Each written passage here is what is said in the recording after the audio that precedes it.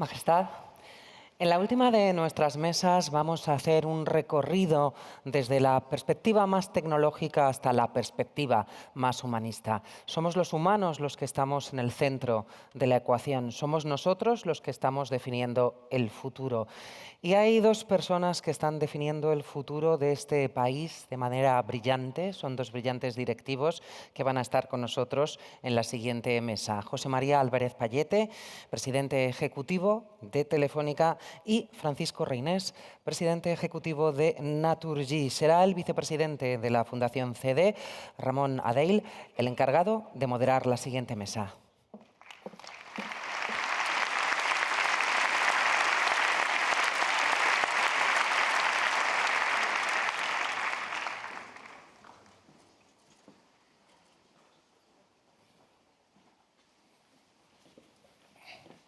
Buenos días.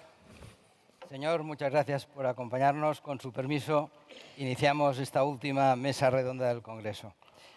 Tenemos con nosotros a dos grandes directivos españoles, a José María Álvarez Pallete y Francisco Reynés. Me voy a ahorrar el capítulo de las presentaciones, pero lo que no quiero es ahorrarme el capítulo de los agradecimientos, porque la verdad es que los dos siempre tienen un sí para CEDE y hacen lo imposible por acompañarnos. De manera que José María y Paco, muchísimas gracias por estar de nuevo con nosotros. Sí.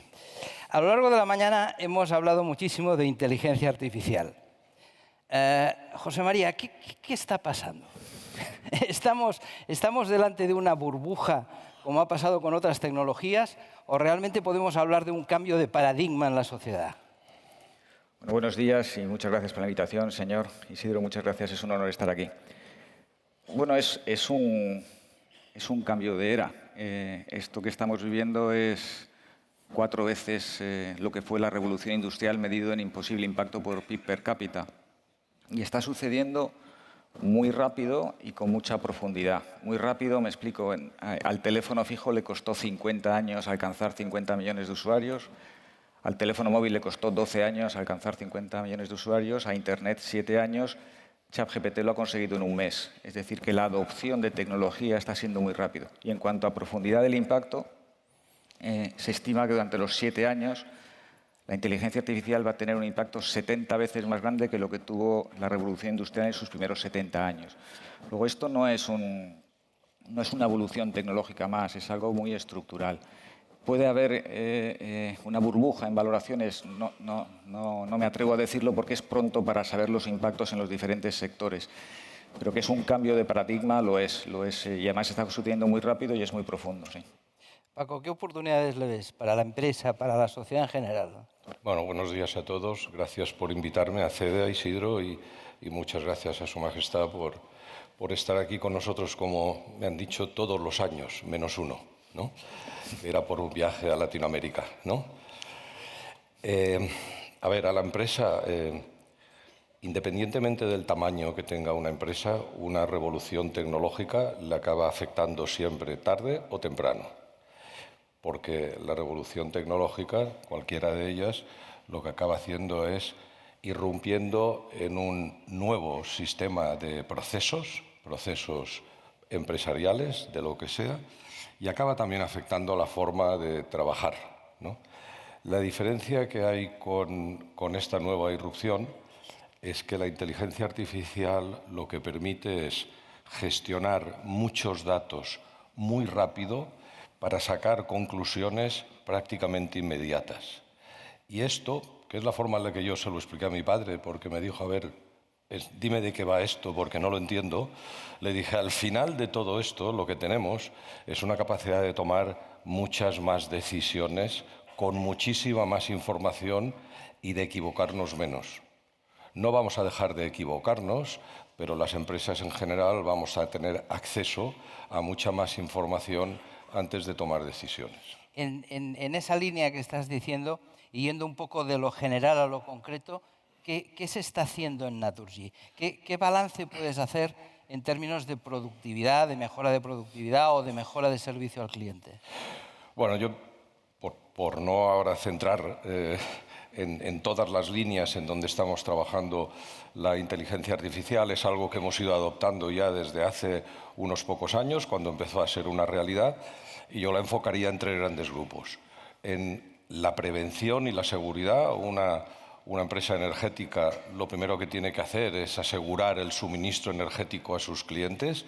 A nadie le gusta quedarse sin gas o sin luz, y la inteligencia artificial y todos sus procedimientos de predicción de problemas en el territorio, en nuestras líneas eléctricas, en nuestras tuberías enterradas de gas, permite una predictibilidad y, por lo tanto, una actuación ex ante, no ex post. El otro día, por ejemplo, me contaba el CEO de Amazon que en Amazon ya están saliendo los camiones cargados con las mercancías que van a entregar antes de que se las pidan, porque ya son capaces de predecir con un grado de fiabilidad bastante elevado lo que les van a pedir, y por lo tanto, saliendo antes, llegan antes y mejoran el servicio, ¿no? La segunda es con los clientes, ¿no? Y voy a poner un ejemplo muy sencillo. Nosotros tenemos call centers en donde, desgraciadamente, seguro que todos ustedes, espero que sean clientes nuestros, aunque ya sé que casi todos sí, porque Naturgy tiene una implantación muy importante en Galicia, ¿no? Pero en todos los call centers ya somos capaces de tabular de forma online las llamadas de los clientes y transformarlas a unas hojas de cálculo que permiten priorizar los problemas que tienen nuestros clientes y atenderlos con mayor rapidez, ¿no? Y después, en términos de nuestros empleados, ayudar a formarles en todo lo que viene, y gracias a las asistencias virtuales, al trabajo en remoto y a todo lo que sería ese tutorial que nos hablaba antes Pilar López en la intervención anterior, pues eso permite acelerar las horas de formación a nuestros empleados, ¿no? Sí, Telefónica está muy cerca de las innovaciones que pueda significar la inteligencia artificial, que puedan venir de la mano de la inteligencia artificial. Y en los últimos años seguro que ha sufrido un cambio cultural importante en la propia organización. ¿Qué ha sido lo más difícil, José María? ¿Cuáles son los factores más limitativos que has encontrado para hacer ese cambio cultural? Bueno, primero nosotros, y estamos muy contentos por ello, este año celebramos los 100 años de historia de Telefónica, ¿no? Y llevamos tiempo planificando este año porque queríamos que fuera un año emblemático. Y para empezar lo que hemos tenido que hacer es cambiar la red. La inteligencia artificial y toda la tecnología que va en torno a ella, porque no es solo una tecnología, son muchas tecnologías que se retroalimentan unas a otras, lo que ya vamos notando desde hace muchos años es un incremento del tráfico de datos permanente. Nosotros tenemos que planificar las redes para que cursen entre un 30 y un 40% de datos más cada año. Imagínense una fábrica de coches que tuviera que producir un 30 y un 40% más de coches cada año.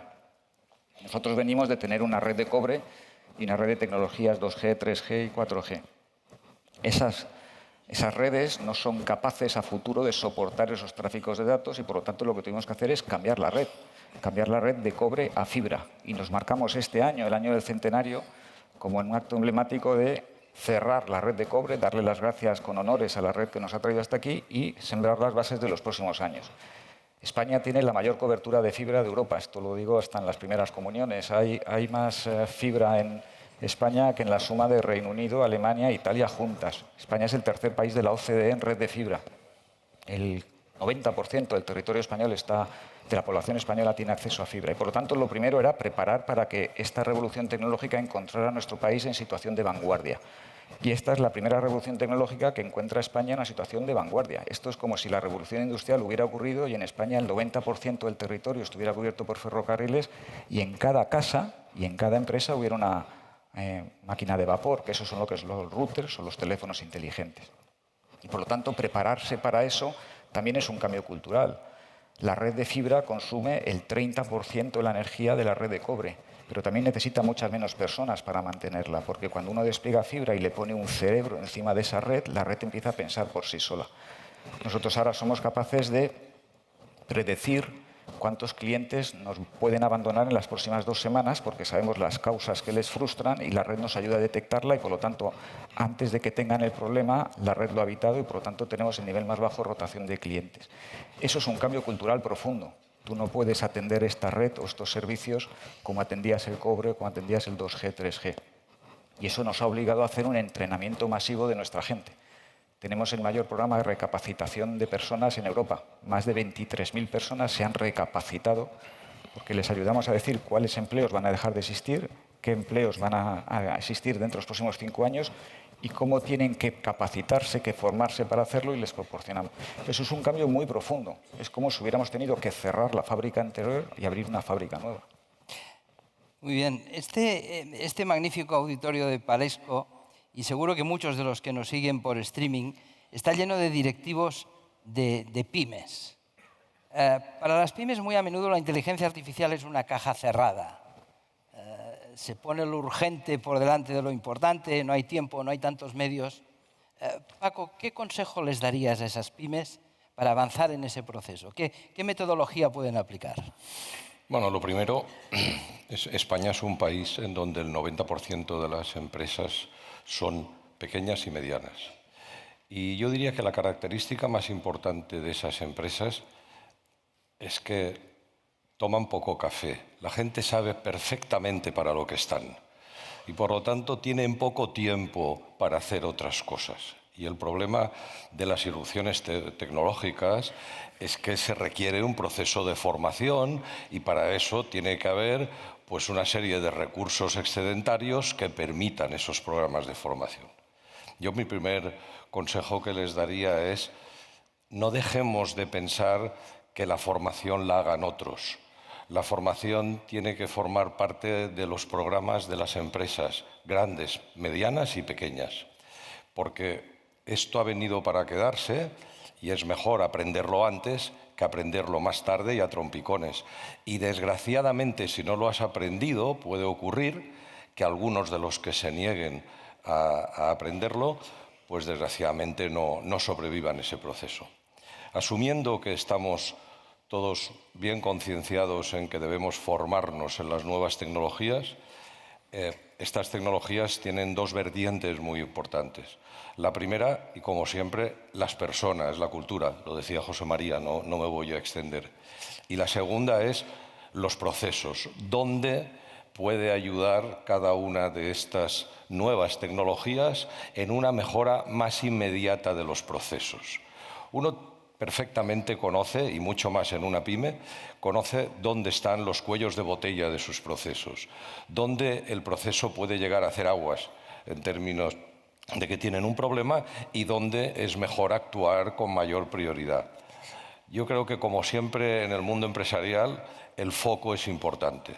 No decidamos grandes estrategias de inteligencia artificial, decidamos foco en aquellos puntos en donde la inteligencia artificial puede ayudarnos a nuestro negocio y ya iremos avanzando. Negarlo sería un error y, en cambio, querer abarcar mucho, como dice el refrán, el que abarca mucho poco aprieta, también sería un error. Creo que cada empresa, cada empresario, cada directivo sabe perfectamente dónde hoy tiene un problema, dónde hoy tiene un cuello de botella y mi recomendación sería implementémoslo primero allí.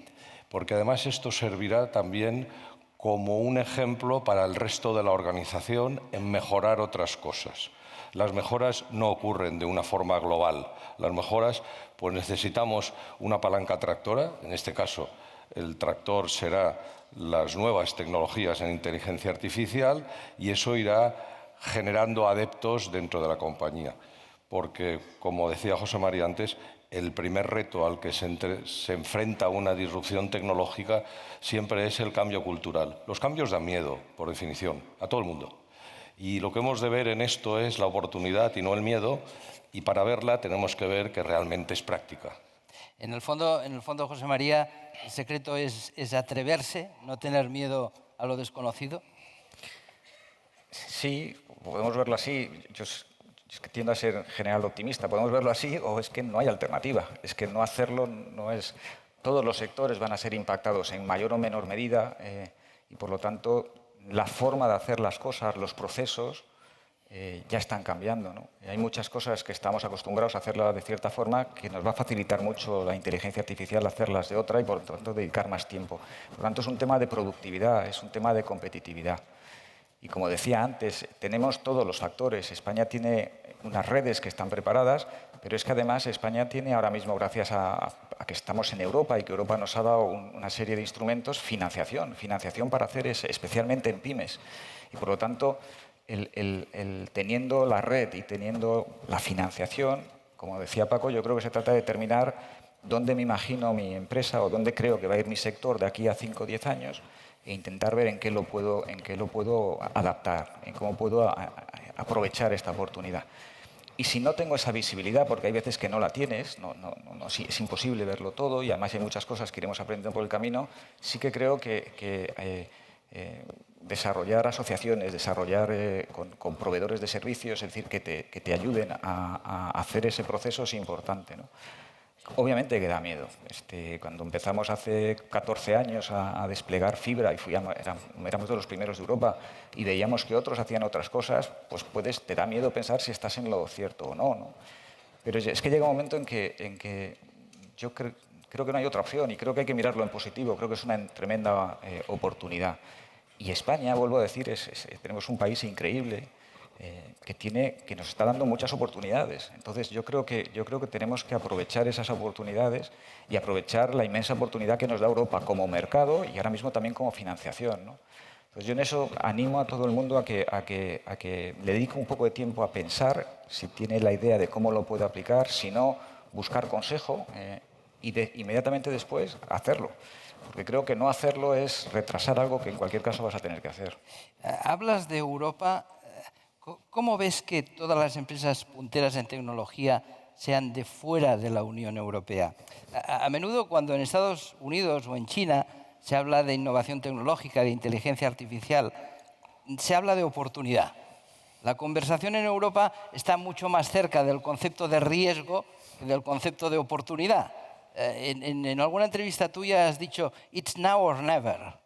O lo hacemos ahora o no tenemos tiempo, ¿no? ¿Estamos realmente en un punto de no retorno si en Europa solamente nos preocupamos de la regulación y no hacemos los deberes? ¿Regular implica de alguna manera acotar la innovación y el crecimiento? Estaba sonriendo porque estaba mirando a la presidenta Calviño, que conoce bien este debate porque lo hemos hablado mucho. Yo personalmente creo que Europa en los últimos 25 años ha perdido el tren de la innovación. En mi sector, por ejemplo, el estándar 2G, el estándar GSM era un estándar europeo, el estándar UMTS, el 3G era un estándar europeo, pero ni el 4G ni el 5G es un estándar europeo. ¿Por qué?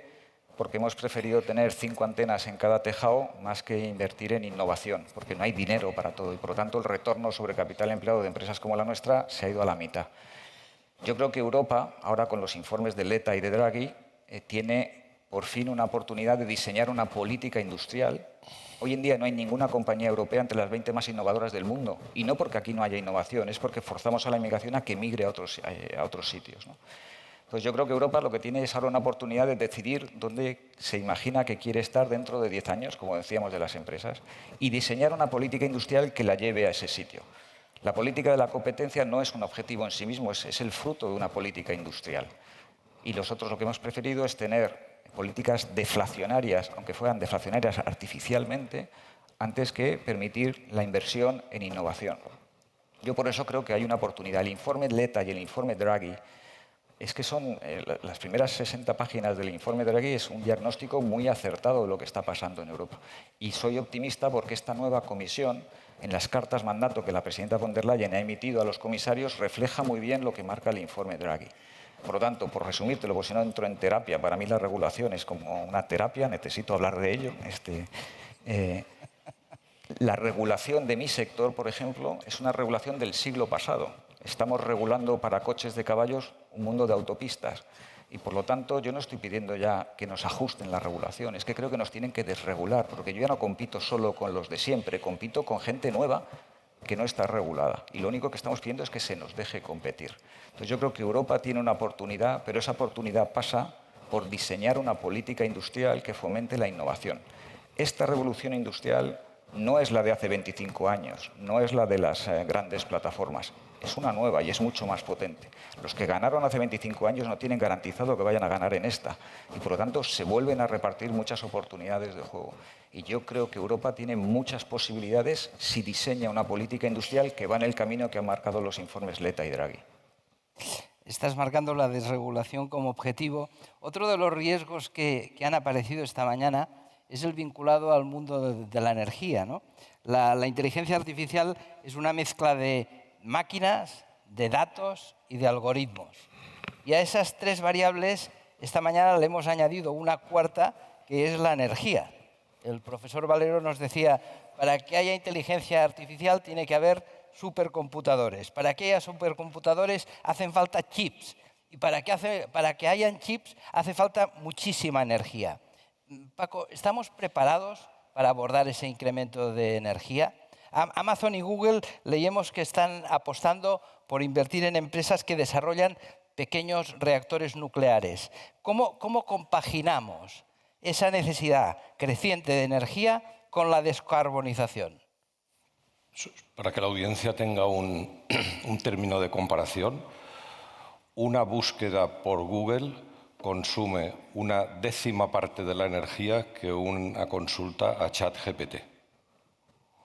Si yo consulto lo que sea a Google, el consumo de energía que se deriva de esa consulta es una décima parte del consumo de energía que si hago la misma pregunta a ChatGPT. ChatGPT empieza a preguntarse a muchas cosas, genera muchísimo más tráfico de información que tiene que ser alimentado con energía. Esto supone, el último informe de la Agencia Internacional de la Energía cifra que en el 2030, en Europa, un 5% de toda la energía que se consuma será únicamente para centros de procesos de datos, que hoy no existen.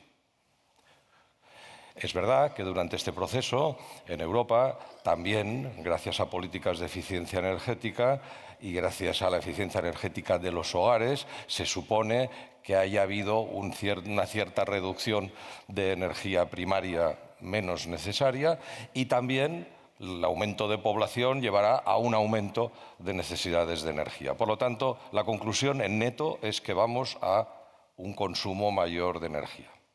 Esto lo hemos de hacer compatibles ¿con qué? Con tres objetivos. Primero, con una descarbonización creciente, y eso implica el aumentar la potencia en generación de energías limpias. Segundo, con que la energía que proveamos a nuestros clientes, todos nosotros en nuestras casas o las industrias que la consuman, sea a precio asequible y que eso no suponga una falta de competitividad de las empresas respecto a otras zonas. Y el tercer objetivo que tiene que cubrir es que todo esto se haga dentro de un esquema que no ponga en riesgo la seguridad de suministro. Lo que nosotros llamamos en el argot proporcionar energía en base. Entre otras cosas porque el centro de proceso de datos funciona 24 horas, 7 días a la semana y todo el mundo quiere tener acceso cuando quiera y por lo tanto tiene que estar disponible en todo momento, ¿no? ¿Dónde tenemos hoy el cuello de botella? El cuello de botella no está en la generación. Entre otras cosas porque, como ustedes irán leyendo cada día más, pues se abren nuevos parques de generación hidroeléctrica, fotovoltaica, solar, en diferentes sitios y lo que ocurre es que estamos aumentando nuestra capacidad de generación, además, afortunadamente, renovable. Pero después, esta energía hay que llevarla a casa del cliente, individual o industrial. Y ahí juega un papel fundamental las redes de transporte y distribución. Nosotros no nos gusta quejarnos por quejarnos. Somos muy conscientes de que somos una compañía que, aunque sea de capital privado, somos una compañía de servicio público. Pero tenemos que ser muy claros en decir, si no tenemos los accesos a las empresas y a las casas que nos permitan llevarle la energía, tendremos un problema entre lo que demanda el cliente y lo que podemos generar. Por eso es muy importante que veamos nuestras redes de transporte y distribución como una necesidad de inversión importantísima en los próximos años. José María decía que España tiene la misma fibra en kilómetros como la suma de Italia, Francia y Alemania, ¿no? ¿Decías? Reino Unido, Alemania e Italia. Reino Unido, Italia. Bueno, nosotros el problema que tenemos en las redes, y estamos aquí en una zona en que la distribución, tanto gasista como eléctrica, es de la empresa en la que tengo el placer de trabajar, Naturgy, la antigua Unión Fenosa. Galicia es una población muy diseminada y además que está muy azotada por temporales, por vientos, por aquí entran los frentes del Atlántico. Tener una red de distribución que muchas veces debe además estar duplicada, fuerte, suficiente para poder transmitir esta energía desde la generación hasta el consumo, es imprescindible. Y en este tipo de actividades, como los centros de proceso de datos, que no pueden parar, porque las consultas las puede hacer uno a la hora del desayuno, de la comida, de la cena o de madrugada, pues es aún más imprescindible, ¿no? Yo diría que lo que están haciendo muchas compañías que se dedican a los centros de proceso de datos es, preocupados por esta estabilidad de la energía en cuanto a la distribución, querer autogenerarse su propia energía. Y de ahí tenemos que entender este tipo de programas o de anuncios en donde dicen, pues el otro día decía Amazon en la famosa Three Mile Jane, que es una central nuclear de Estados Unidos, decía, voy a hacer allí un centro de proceso de datos. No es que quiera hacer energía, lo que quiere es asegurarse que tendrá energía. Y eso es lo que tienen que asegurar las políticas energéticas. No quiero terminar sin que hablemos un poco de las personas, de ese factor humano que a lo largo de la mañana ha aparecido tantas veces. José María, cuando la inteligencia artificial se democratice, cuando utilicemos la inteligencia artificial como ahora utilizamos Internet, un poco todos vamos a ir al mismo sitio. Es lo que nos ocurre un poco con los navegadores de coche, ¿no? El navegador nos indica una nueva ruta, pero es que se la está indicando a cientos de personas a la vez y entonces el atasco se monta en el lugar que nos ha indicado el navegador, ¿no? Cuando esto ocurra, ¿el factor diferencial seguirán siendo las personas? ¿Seguirán siendo quienes toman las decisiones y priorizan las cuestiones? Yo creo que debe ser, y me explico, yo creo que este no es el momento de la tecnología ya está aquí, vamos a tener toda la tecnología que queramos. Modelos LLMs va a haber varios, van a competir entre ellos, tienen los sesgos, tienen las alucinaciones de las que se ha hablado aquí, por lo tanto están lejos de ser perfectos, pero estamos delegando muchas decisiones a una inteligencia artificial y tenemos que ser conscientes de qué decisiones queremos delegar y qué decisiones son soberanas nuestras como seres humanos. Y por lo tanto yo creo que este no es el momento de la tecnología, creo que es el momento de las ciencias sociales, creo que es el momento de la sociología, de la antropología, de la filosofía, del derecho, de la política, porque nos tenemos que dar un marco en el que esto sea bueno para todos sin dejar a nadie atrás. Esto está generando brechas en el acceso, primero en el acceso de conectividad que tenemos que evitar, en el acceso a los dispositivos y está generando brechas en el acceso al conocimiento. Y por lo tanto, si no queremos que esto ocurra con desigualdad, tenemos que preocuparnos de estas brechas. Pero no solo de estas brechas, la capacitación de la gente. Esto va a destruir empleo y va a crear empleo. Si no manejamos esa transición de forma socialmente responsable, va a haber gente que no se siente identificada con lo que está pasando ni siente que le beneficie. Y por lo tanto tenemos que asegurarnos de que esas políticas sociales se ocupen y para empezar nosotros, las propias empresas, de capacitar a nuestra gente para que vayan a este nuevo mundo. Y luego tenemos que ser conscientes de que estamos creando por primera vez una máquina que es capaz de emular pensamiento. En la Revolución Industrial creamos una máquina que era más fuerte que cualquier ser vivo y dio lugar a la Declaración Universal de los Derechos del Hombre.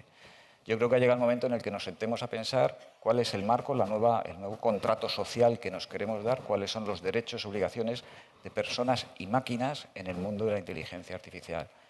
Porque no podemos dejar que la tecnología haga todo lo que es capaz de hacer, porque no todo lo que es capaz de hacer es socialmente aceptable. En la línea que comentaba José María, Paco, desde tu posición, desde la posición de la gente que lideráis proyectos, que lideráis personas, ¿qué podemos hacer para que esa tecnología esté al servicio de las personas y no al revés? Es decir, cómo abrazamos la tecnología y al mismo tiempo mantenemos la riqueza de un encuentro, de un mirar a los ojos, de una conversación inteligente. Bueno, yo sin que se escandalice la sala, citaré a un gran pensador del siglo XXI, que era Spider-Man. Spider-Man dijo en aquella primera entrega, dice, tener un gran poder conlleva una gran responsabilidad. No sé si alguno lo ha visto, pero lo dice allí como con mucha energía, ¿no? Es que la IA es un gran poder y eso conlleva una gran responsabilidad. ¿Y dónde centraría yo el foco de las tres responsabilidades? La primera, y lo diré de otra forma, pero en el fondo José María pensará que le estoy plagiando la idea, es la ética, ¿no? La ética. La ética que probablemente estaría bien tenerla para muchas más cosas, no solamente para la inteligencia artificial, pero también para la inteligencia artificial, la ética, ¿no? La segunda, el marco legal, ¿no? Antes, y no quería irme sin decirlo, antes hablabais de regulación y de la inteligencia artificial. Yo creo que la gran diferencia que hay entre Europa y Estados Unidos y China, que por poner tres polos en el mundo, es que Estados Unidos ha decidido pedir perdón y tirar para adelante. Siempre decide pedir perdón, pero tira para adelante. Europa decide pedir permiso y no hace nada o hace poco, ¿no? Y China decide prohibirlo porque le da miedo que las libertades se instalen en su territorio. Entonces, en ese sentido, la ética tiene que obedecer a una mezcla entre este pedir perdón y pedir permiso, porque con regulación no lo arreglaremos todo, pero tampoco lo arreglaremos todo haciendo trastadas y pidiendo perdón, ¿no? Y la última es la formación, ¿no? Yo creo que la inteligencia artificial no es un sustituto de la formación de las personas. Es verdad que cuando nosotros, somos del mismo año además, ¿no? Sí. Cuando nosotros estudiábamos, una de las cosas que hacíamos era, nos hacían una pregunta y teníamos que dar la respuesta. Pero el que hacía la pregunta era el otro y la respuesta la teníamos que dar nosotros. La inteligencia artificial cambia el signo. Nosotros hacemos la pregunta y el ordenador nos da la respuesta, ¿no? Entonces, hay que tener incluso mucho más ahínco y tener muchísima más solidez en el aspecto ético, porque depende mucho de cómo haces la pregunta, la respuesta que te encuentras. Y eso requiere una formación muy básica, ¿no? Desde pequeño, ¿no? Y creo que este es el gran reto de la inteligencia artificial. En mi época, cuando era pequeño, estaba este Asimov, que era el que veía el mundo a futuro, ¿no? Ahora hay otro que se llama Roy Lamara, que parece ser que es un poco más accesible a los jóvenes. Y este dice, los hombres tienen tendencia a sobrevalorar los cambios tecnológicos a corto plazo e infravalorarlos a largo plazo. Yo comparto mucho esta idea. Ahora estamos todos aquí sobrepasados creyéndonos que aquí viene la gran revolución, pero es que esto se va a ir permeando en toda la sociedad y al final será un cambio en el que prácticamente no notaremos que estamos cambiando y cambiamos cada día, pero en cambio los fundamentos seguirán. Para mí la base fundamental de esto es la formación de las personas y dentro de la formación el capítulo ético, porque la utilización de la inteligencia artificial de forma no deseada puede dar los mismos beneficios o perjuicios que un cuchillo, que es perfecto para cortar el pan, pero que puede matar a alguien. Muy bien, estamos aprendiendo mucho, pero hemos de terminar. Miren, el año 2000, que fue el año en el que nos abríamos al nuevo siglo y celebrábamos el primer congreso de CEDE, a ese primer congreso de CEDE le pusimos como lema la dirección de empresas en el siglo XXI, el equilibrio entre humanismo y tecnología. Poco nos imaginábamos que, como hemos visto a lo largo de esta mañana, 24 años después, ese abrazar la tecnología defendiendo el humanismo volviera a ser el reto para los próximos años. José María Álvarez Pallete, Francisco Reyes, muchísimas gracias. A vosotros.